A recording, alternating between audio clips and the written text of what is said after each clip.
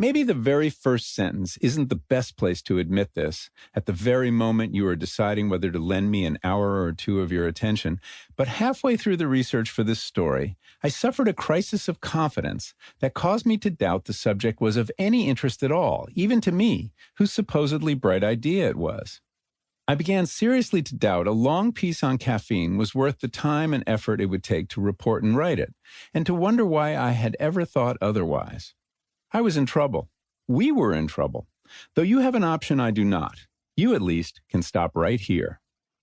Before this crisis, I had been chugging merrily along, conducting interviews, reading countless books of science. It turns out caffeine is one of the most studied psychoactive compounds there is, and history, the course of which was shifted decisively in the West by caffeine, traveling to South America to visit a coffee finca, tasting all manner of caffeinated beverages, when suddenly, like the roadrunner in the cartoon, I chanced to glance down and realized there was no more road underfoot, just a vast, empty expanse of pointlessness as far as I could see.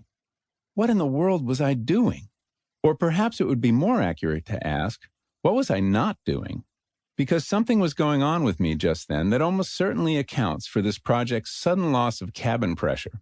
I had stopped using caffeine, abruptly and completely. After years of a tall morning coffee, followed by several glasses of green tea through the day and the occasional cappuccino after lunch, I had quit caffeine cold turkey. It was not something I particularly wanted to do, but I had come to the reluctant conclusion that the story demanded it.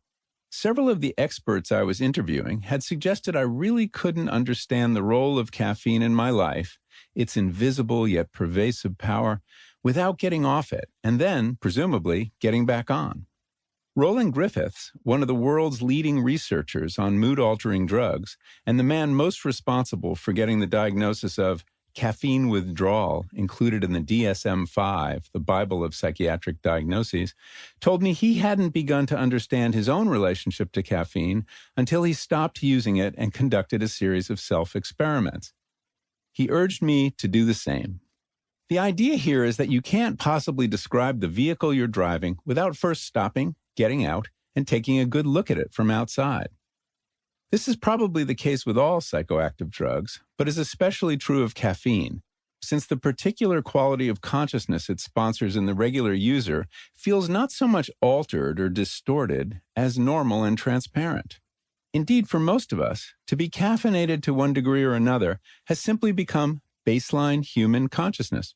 Something like 90% of humans ingest caffeine regularly, making it the most widely used psychoactive drug in the world, and the only one we routinely give to children, commonly in the form of soda.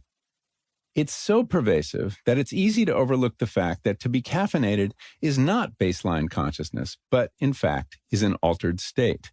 It just happens to be a state that virtually all of us share, rendering it invisible. So I decided that for the good of the piece, that is to say, for you, dear listener, I would conduct a self-experiment in abstention. What had never occurred to me when I began this experiment is that, by giving up caffeine, I would be undermining my ability to tell the story of caffeine, a knot I wasn't at all sure how to untie.